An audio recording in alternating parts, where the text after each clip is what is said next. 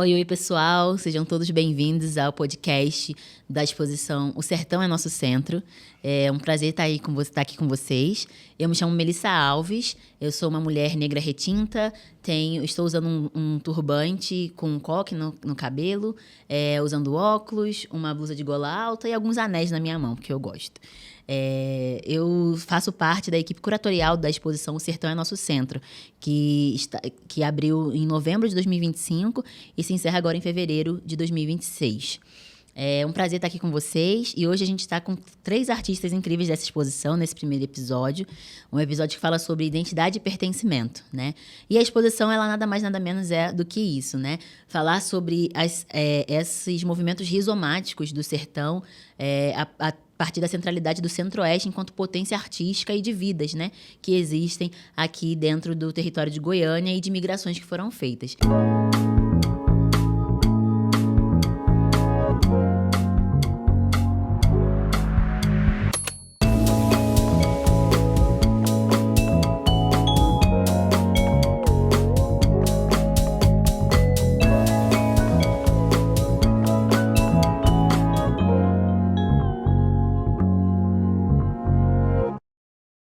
Então, hoje eu estou com 3 artistas incríveis aqui, que são a Ana Paula Cirino, o Mestre Guaraná e o Valmir Elias. E eu vou pedir para eles se apresentarem um pouquinho para vocês também, né? Por favor, gente, quem começa aí? Oi, gente, eu sou Ana Paula Cirino, sou uma mulher negra, de pele clara, caramela, cabelo tamanho médio. Estou usando uma camisa verde, calça jeans, não estou usando acessórios e é isso, essa sou eu. Eu sou artista plástica, trabalho com pintura, sou mineira de Sabinópolis, do Torra, que é uma comunidade quilombola, e eu trago bastante questões sobre esse lugar de onde eu venho no meu trabalho. É isso. Obrigada, Ana. Muito bom ter você aqui.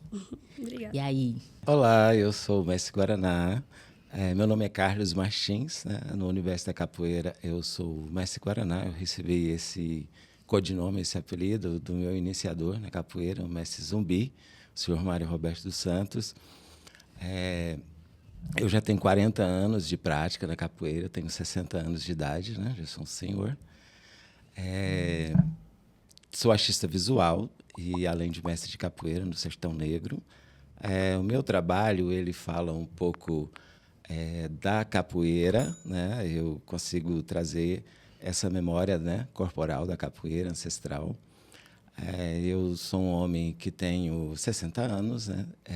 Sou filho de um pai de preto de pele clara e de uma mãe com descendência indígena, então eu sou o que se chama hoje de afro-indígena, né?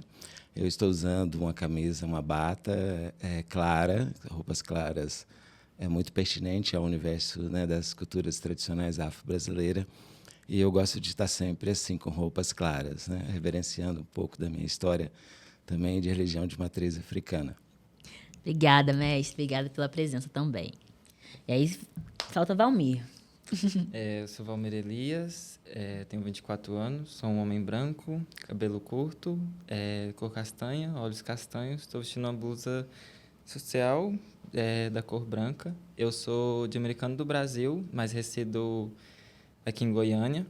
E na minha poética eu falo muito sobre esse lugar de onde eu venho também, que é Americano do Brasil, mais especificamente São José do Retiro, que é um município de Americano, que é uma pequena cidadelazinha assim, no interior de Goiás. E na minha poética eu falo um pouco sobre os deslocamentos que eu tive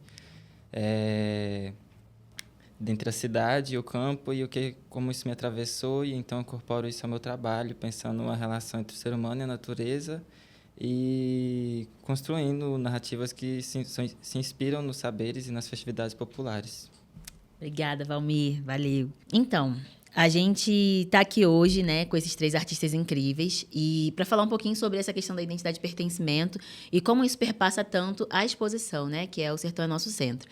Essa exposição ela foi idealizada a partir do Sertão Negro Ateliê Escola de Arte, que é localizada aqui em Goiânia.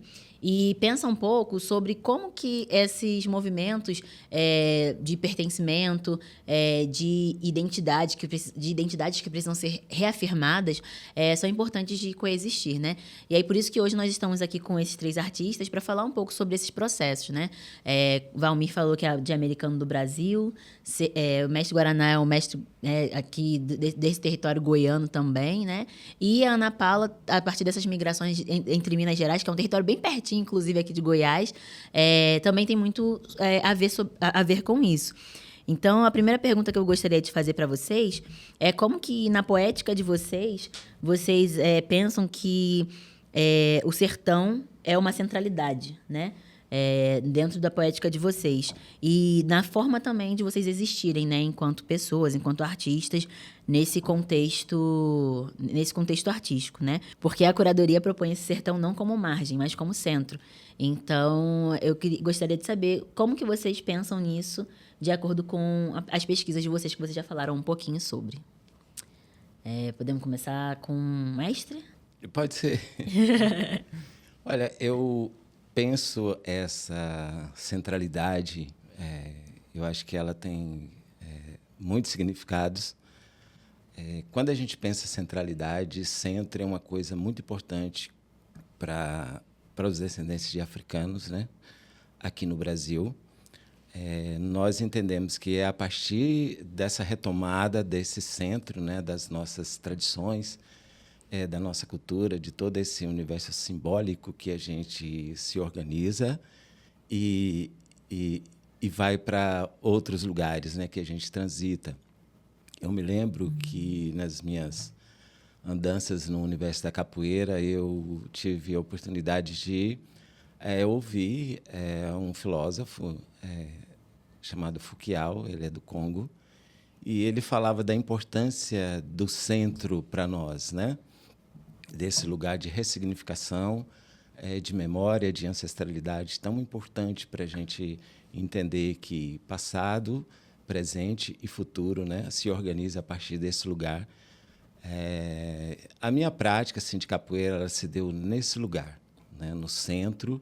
Eu nasci no Tocantins, vim para cá beber com 3 meses e vivi o tempo inteiro aqui no sertão de Goiás.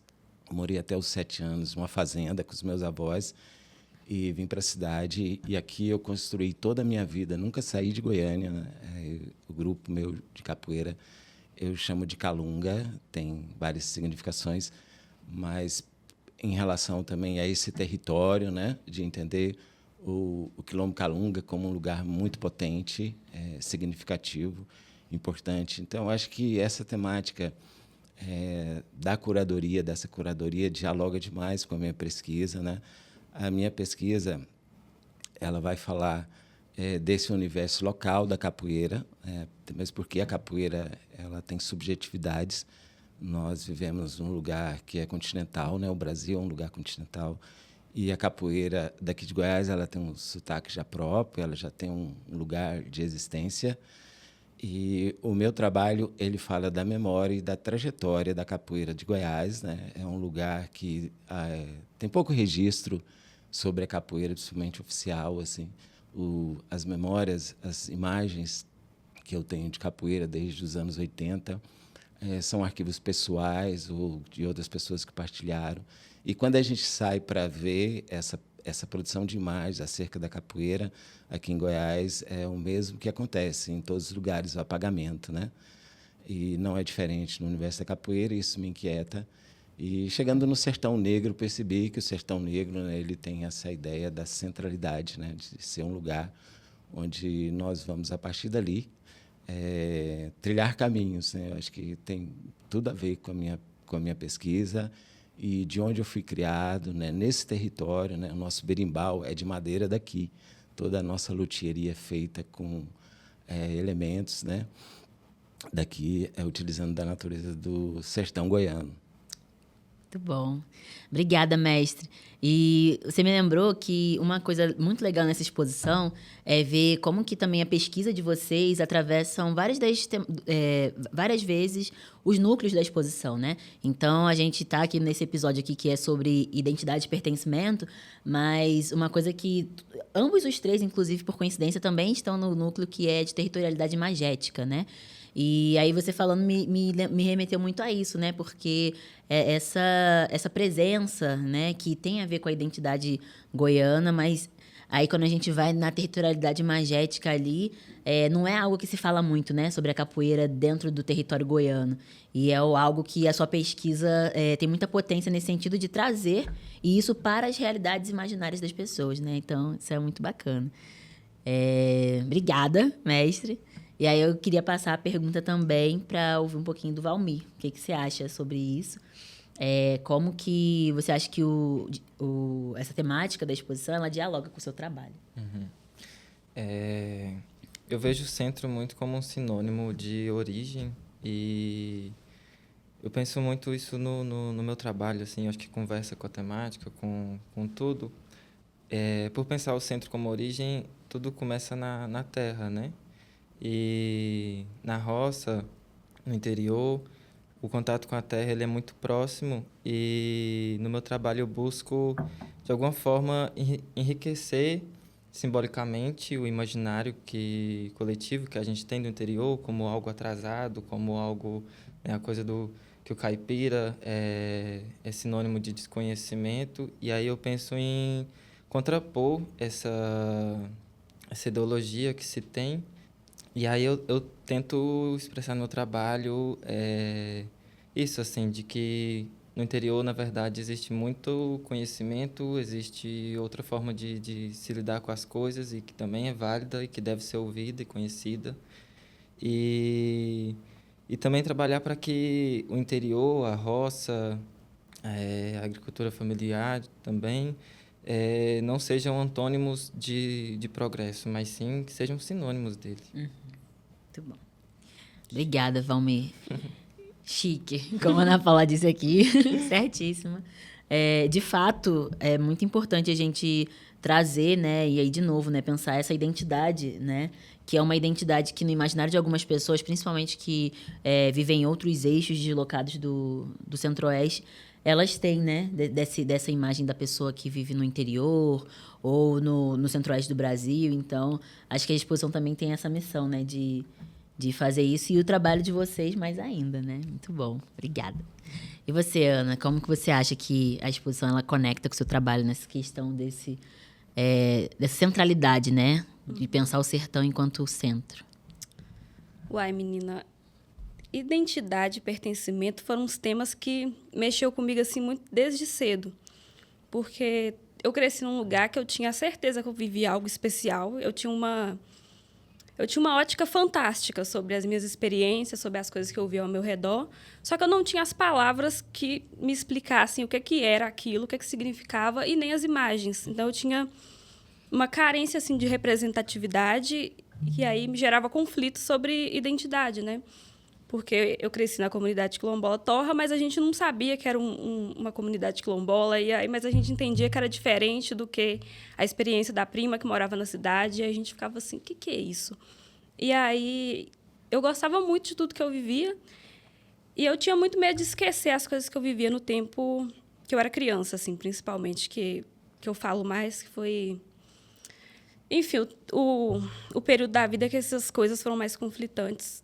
E aí, vindo desse medo do esquecimento, eu me conectei muito com a fotografia. E aí, desde muito nova, assim, eu gostava de tirar foto da minha família, dos meus amigos, fazia filme inventando história. E aí, depois, quando eu fiquei mais velha, voltar para esses arquivos que eu construí em comunidade foi uma forma de começar a entender um pouco sobre o meu pertencimento. E aí eu sinto que a identidade é algo que eu uso como um farol, assim, que me guia para eu circular por todos os lugares assim do mundo. Me sinto muito livre para estar em qualquer lugar do mundo. E aí eu acho que essa noção que foi construída através da experiência no Torra me guiou até o Sertão Negro e a exposição O Sertão é o Nosso Centro, né? Muito bom. Isso. Bonito ouvir isso. Obrigada. Muito bom. Porque eu acho muito interessante isso que você está falando, que vem muito na questão do registro, né? da memória, do arquivo, né? E como que todas as obras, né, obras de arte em questão, né, a arte ela também serve como registro, né, de um tempo, de um lugar. E como que, a partir desses corpos hoje que estão produzindo arte, a gente consegue falar de uma outra forma, né, disso. Então, não de uma forma fetichizante, não de uma forma racista, né, de uma forma preconceituosa, assim, com o que se vê, né, mas a partir dos próprios corpos que vivem isso e pensam isso de uma forma digna, né? Porque o que vocês estão falando é isso, assim. Como que a gente vive através disso tudo de uma forma digna, assim, né? E aí eu queria saber, então, de vocês, o que as obras, né, que vocês trouxeram para a exposição buscam provocar, né? Pensando esse eixo da identidade de pertencimento. E aí, se vocês pudessem falar um pouquinho de alguma obra específica que vocês lembrem que tem a ver, assim, que vocês gostariam de compartilhar com o pessoal de casa, vai ser ótimo. Aí vocês falem também o título dela direitinho, que aí eles vão saber. Posso falar? Pode. Então, olha, tem uma obra que eu acho que ela é muito importante nessa exposição. Ela chama O Rei da Valentia. O Rei da Valentia é meu mestre, o senhor Mário Roberto dos Santos, já falecido, e que eu devo muito, né? E foi ele que me proporcionou todo esse conhecimento de capoeira. Sem ele, nada disso teria acontecido, né? O mestre Guaraná artista, o mestre Guaraná com a trajetória de capoeira. E o reconhecimento que eu tenho, se não fosse ele, nada disso teria acontecido. E o Rei da Valentia é uma pirogravura, né? Eu sou gravador, sou um artista gravador. Tem ali o meu mestre, a imagem dele, né? Nos anos 80, nós fomos muito ativos. Eu cheguei na capoeira garoto, com 17 anos, e ele foi uma pessoa muito importante. E ele nos levava para o centro da cidade, né? Nós fazíamos roda de capoeira ali na Praça do Bandeirante, né? Onde está o Monumento do Bandeirante. O mestre ele sempre falava: olha, nós vamos para a Grande Encruza de Goiânia, Avenida Goiás com Anhanguera, e vamos fazer a roda lá. Então, eu tive esse privilégio, né, de ter esse contato com essa pessoa. Assim como outros homens negros da capoeira, a memória é totalmente esquecida, né? A minha ideia também agora nas artes, né, de estar retomando o trabalho do mestre. E o Rei da Valentia na valentia no sentido mais positivado, né? Quando a gente fala de valentia de luta, a gente luta por direito, né? Por uma sociedade mais justa. Eu acho que a luta de capoeira ela traduz muito isso, né? E não um enfrentamento físico corporal, uma metáfora, né? Uma ressignificação do que a gente chama de luta hoje na capoeira, né? A gente sabe que nós temos luta muito maiores do que esse embate físico. E o Rei da Valentia, o meu mestre, era uma pessoa que ele atuava não só na capoeira, né? A gente poderia ver ele ali jogando capoeira no centro da cidade, mas ele foi uma pessoa que percorreu, assim como vários outros capoeiristas, que eles têm uma atuação que não somente na capoeira. Ele ocupou espaços públicos também, sempre buscando, né, representação de capoeira. Eu já nos meus arquivos, nessa coisa da memória, né, dessas imagens, né, que compõem toda a nossa história. Eu tenho 40 anos no rolê da capoeira, então tem muita coisa, tem muito arquivo, e tudo que está ali na minha pirogravura, ela é dessa memória local. Todas as fotos foram feitas aqui, por isso que eu acho que dialoga muito.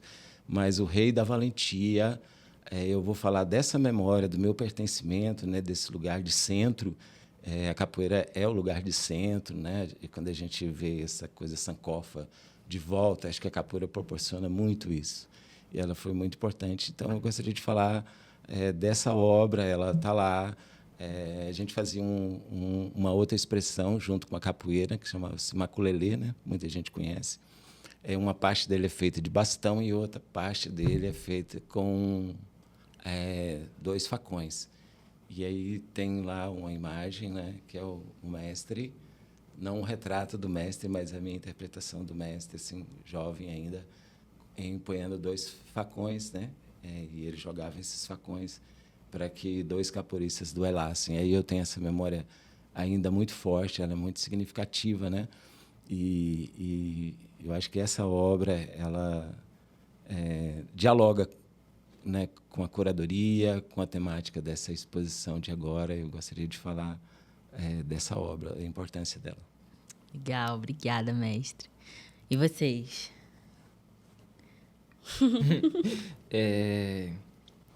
Eu vou citar uma obra que eu tenho muito carinho, que está na exposição, que chama Presente Ambivalente, que é um díptico. É uma tela que... É um díptico, né? São 2 telas.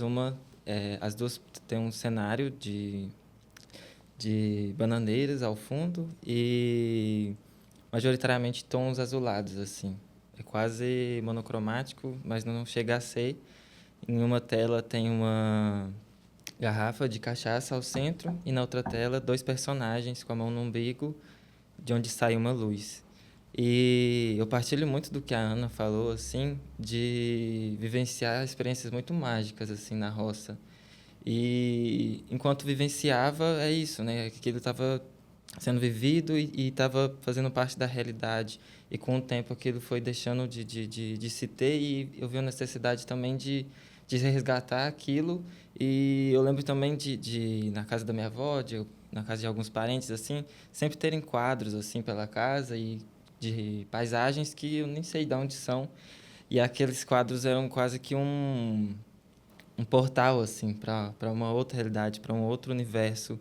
E eu vi, assim, através da pintura, a possibilidade de, então, criar esses universos dessa realidade que eu vivi, que era mágica, que era isso, né? Tentar transmutar em uma pintura um pouco de toda aquela magia que era vivenciada com o corpo ali.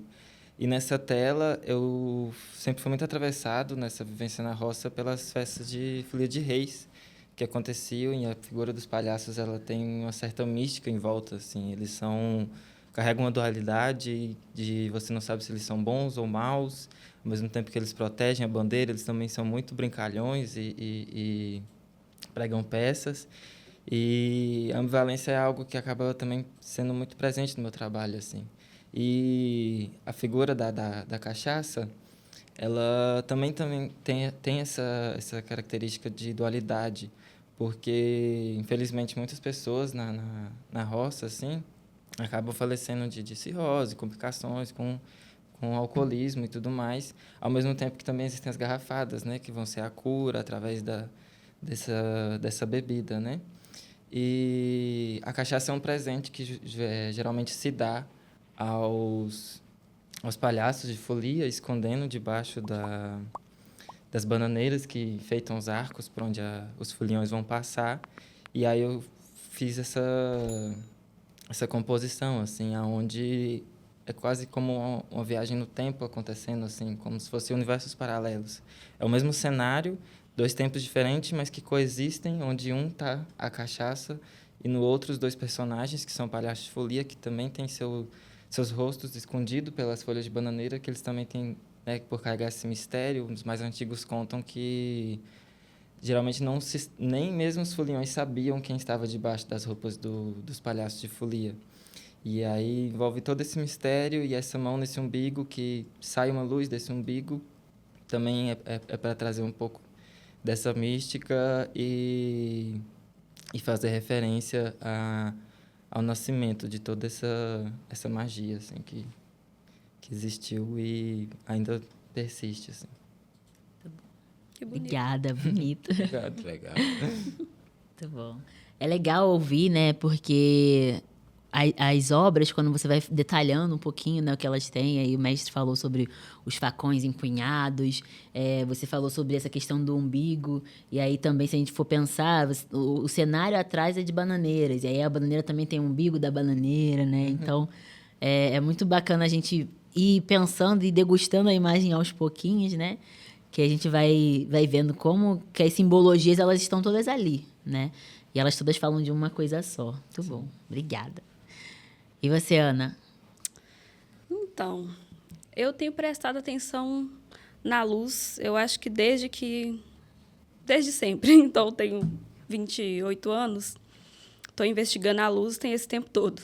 E aí, eu trabalho com pintura a óleo. E tem esse quadro que está na exposição, que é o Céu de Clarice, que é onde eu trago essa menina, né, que é uma adolescente, uma amiga minha da minha cidade, de uma comunidade quilombola, que é a Barra Santo Antônio. E Clarice está debruçada sobre uma cerca de arame.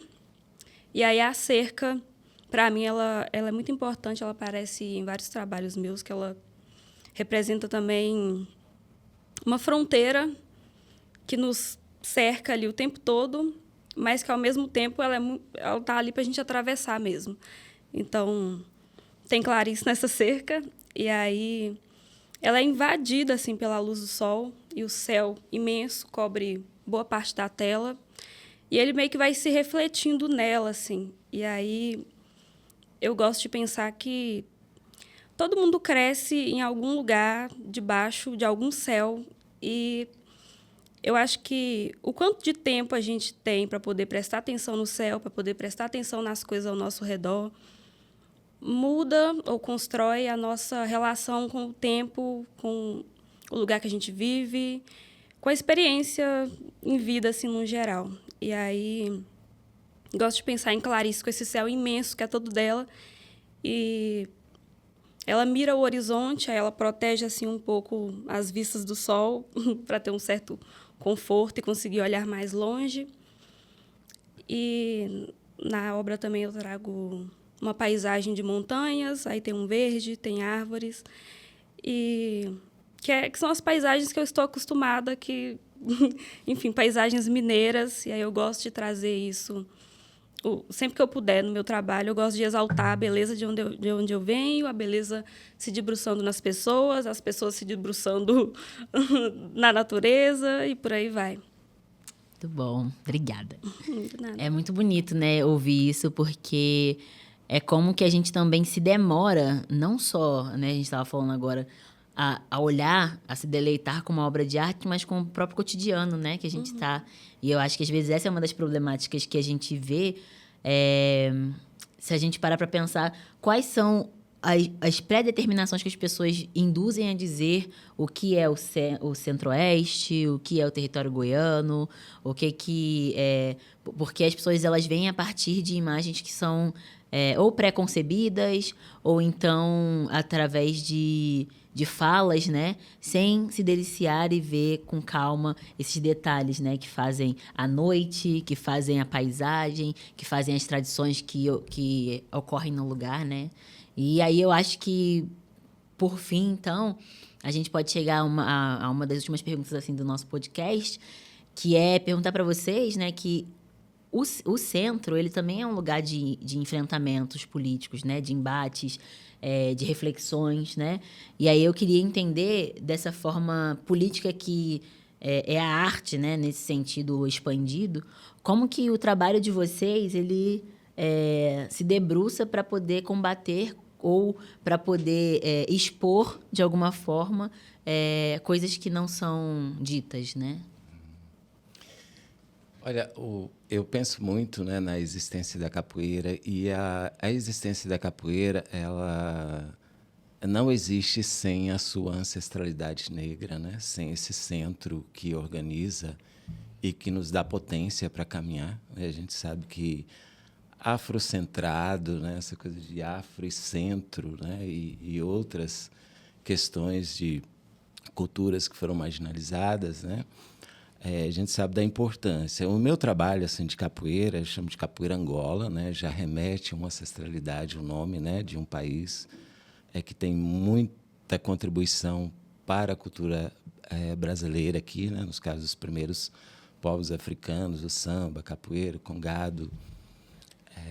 E aí o meu trabalho assim de capoeira Angola, ele vai nessa direção, porque eu acho que o lugar, né, esse centro que me organiza, ele que me dá potência para estar enfrentando, né, as dificuldades, enfrentando o racismo, todas essas mazelas, né, que acabam afetando a capoeira e os praticantes de capoeira, em especial pessoas pretas, né, homens negros, mulheres negras da capoeira.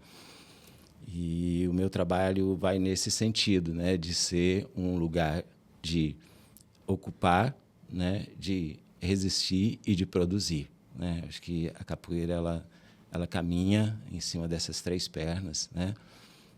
O meu trabalho também caminha em cima disso, né? Sempre tive uma relação muito estreita com o movimento social negro, né? Já participei do MNU aqui nos anos 80, começo dos anos 80. O meu mestre, ele era sempre chamado para compor mesa, e ele estava sempre falando sobre capoeira e sobre a importância da capoeira. Aí eu tive o privilégio, né, de ter sido criado nesse lugar, de entender que o movimento de capoeira ele é politizador. É importante também que a gente retome a capoeira a partir, né, desses valores, né, desses símbolos negros, né? Acho que a capoeira assim, tem várias apropriações, né? Tem capoeira luta, espetáculo, né? Eu acho que isso é um reducionismo, né? Quando a gente não entende a capoeira no seu todo. A capoeira é um jogo complexo, né? De origem negra africana que reúne dança, luta, brincadeira, enfim, né? Todos esses princípios, né, que são norteadores, e eles são muito potentes. Assim, eu acho que o meu trabalho ele é um trabalho de enfrentamento político, né? Eu acho que o sertão é isso também, o sertão negro, né? O sertão negro é uma grande instalação, a capoeira está ali também, fazendo parte, né, desse complexo, né, que é o sertão negro hoje. E aí, nesse sentido, eu acho que o meu trabalho ele vai muito nessa direção, né, de ser um lugar onde se constrói, né, uma memória, onde se constrói afeto, onde se constrói lugar de pertencimento, né, de defesa de patrimônio. A gente percebe os praticantes de capoeira com algum tempo e com essa relação afetiva com a prática, logo já faz essa defesa, né? Então, eu acho que a capoeira ela educa muito nesse sentido de fazer com que as pessoas defendam esse patrimônio, né? Artístico, cultural, de fundamental importância, né? A capoeira ela é reconhecida pelo IFAM, mas ela sobrevive nos corpos de pessoas, né? E nós, pessoas negras, descendentes de africanos, é importante a gente ter essa experiência, né, com a capoeira, muito potente. Demais, demais. Obrigada, mestre. E vocês, Ana Paula, Valmir, quais são as narrativas que vocês sentem, assim, né, pensando nessa pergunta que eu já tinha feito, de reescrever ou projetar, pensando nessa política da presença dos corpos a partir do trabalho de vocês? Pode começar, Valmir. Eu acho muito importante, como já disse, assim, né, a coisa do imaginário, como a gente vem conversando, e eu acho muito importante construir esses novos imaginários, poder tirar acho que na verdade tensionar, assim, essa visão estereotipada que se tem com o que é da roça, com o que é do interior. E tem uma frase do Jung que eu gosto muito, que ele fala que quem olha para fora sonha e quem olha para dentro desperta. E eu gosto muito de olhar para o interior nesses vários sentidos que a palavra tem, né?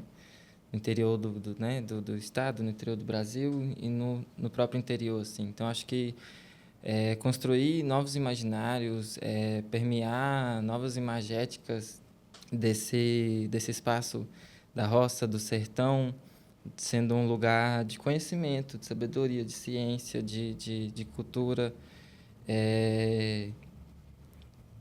Eu acho que é isso, assim, poder, de alguma forma, auxiliar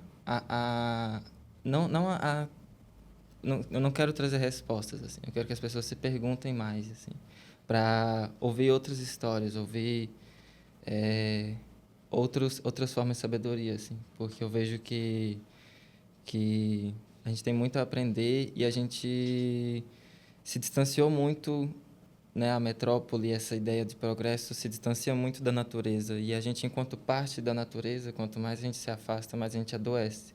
Então, acho que a resposta está em olhar para dentro, assim, em vários sentidos. Uau. Então, fica o recado aí, olhem para o interior. Muito bom. Obrigada. Nada. E você, Ana?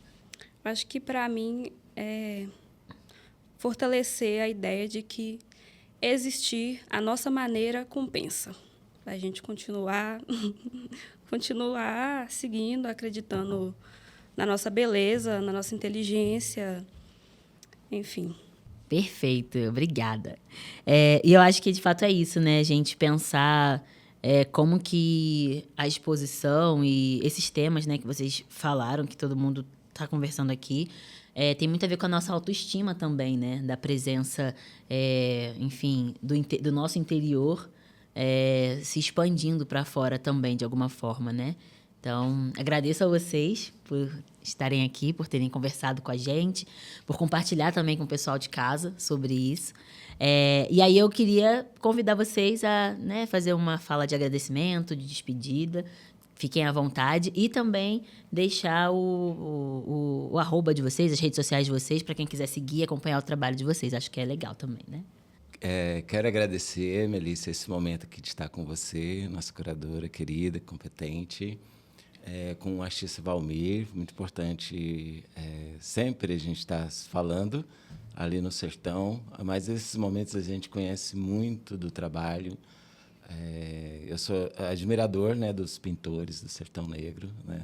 É muito bom estar aqui com você, Ana Paula também.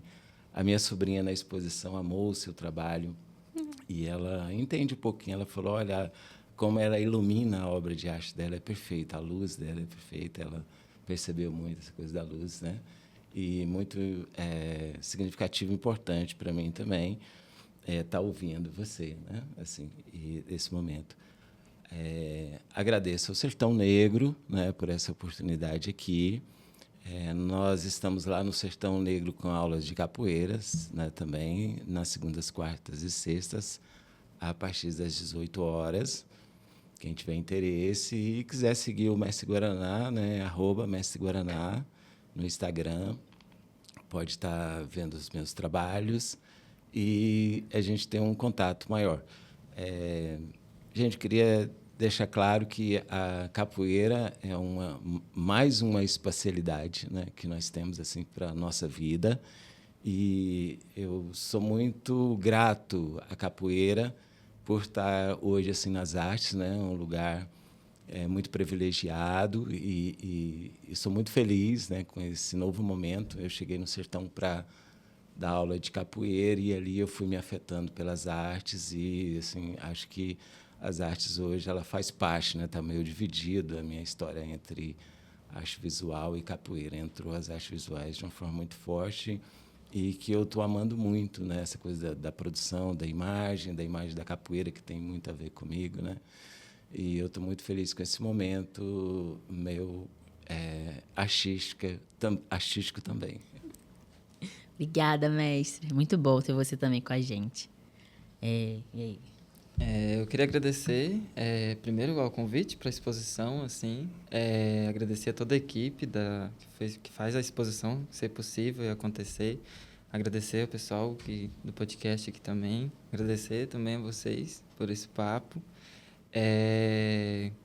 Minha rede social no Instagram é Valmiro, com W, e eu queria deixar um último agradecimento acho que a todas as pessoas assim que passaram pelo trajeto da minha vida, assim que fazem possível estar aqui agora conversando com vocês.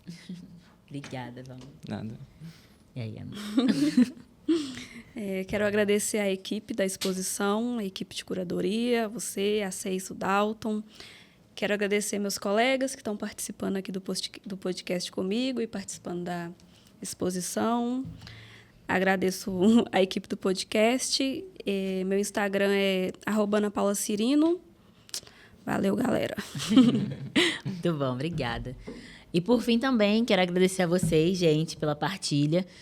Eu acho que sempre falar um pouquinho da gente é muito bom, mas não é tão fácil assim quando parece, né? Então, obrigada por vocês estarem aqui.